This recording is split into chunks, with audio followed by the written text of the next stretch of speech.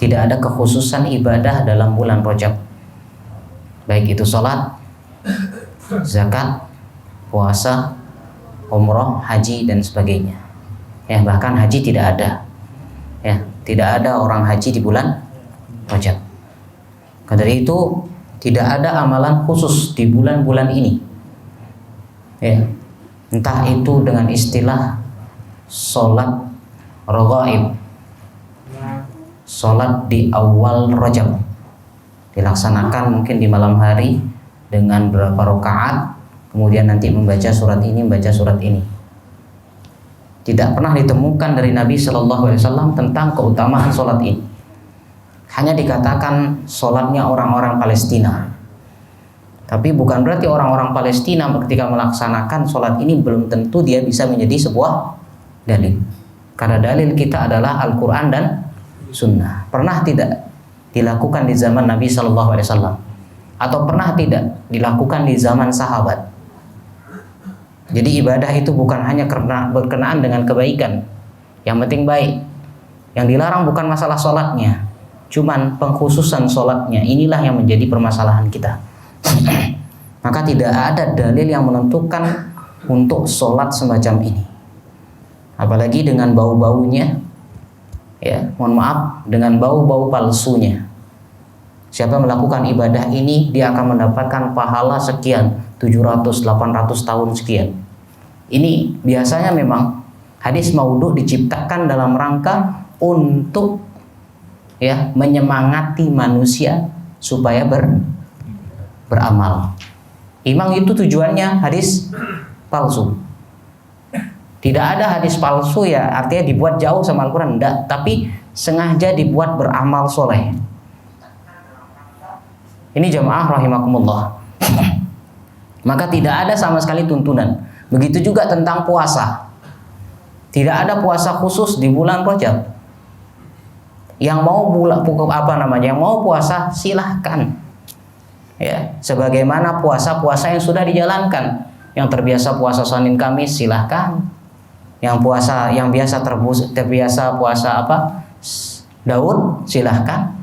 Yang terbiasa puasa 3 hari pada setiap bulannya Ayyamul Bid juga silahkan. Lakukan itu. Artinya pertahankan amal soleh yang biasa kita lakukan di bulan-bulan selainnya. Ya, kenapa? Karena amal soleh yang dilakukan di bulan Rajab atau di bulan Haram, pahalanya akan dilipat gandakan.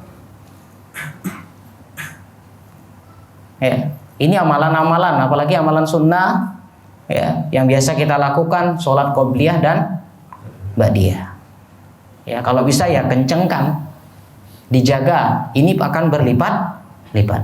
Ini baru sholat belum sholat wajibnya. Ini yang dipertahankan lagi. Ya. Jadi apa yang sudah menjadi tuntunannya, laksanakan semampunya. Kalau memang bukan tuntunan, ya sudah, ngapain dilakukan?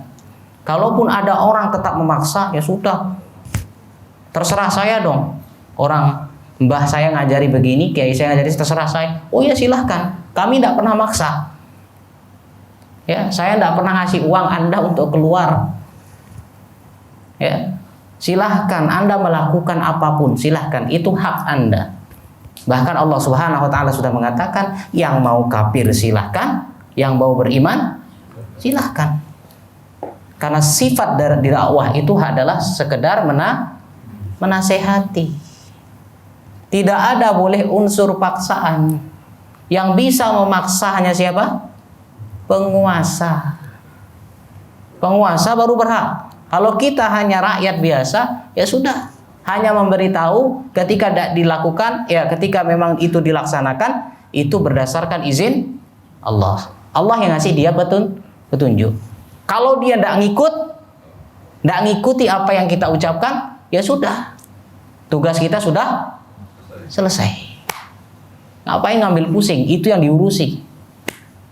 Ya, ini jamaah rahimakumullah. Ya, karena dakwah sifatnya adalah menasehati. Silahkan mau ikut, monggo. Tidak ikut juga tidak apa-apa. Tidak memaksa. Ya, tidak buat klek-klek tempat, apa namanya istilahnya? Tidak nyesai-nyesai. Ya. Begitu juga umroh, tidak ada umroh yang khusus di bulan Rajab. Harus pokoknya disunnahkan. Nabi tidak pernah bersabda seperti itu.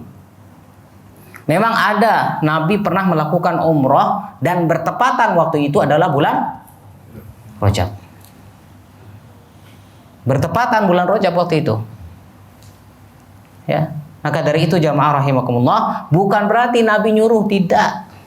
Tidak ada pernah riwayat yang mengatakan lakukan umroh di bulan Rajab. Siapa yang melakukan umroh di bulan Rajab akan mendapatkan ini dan itu. Tidak pernah. Ya.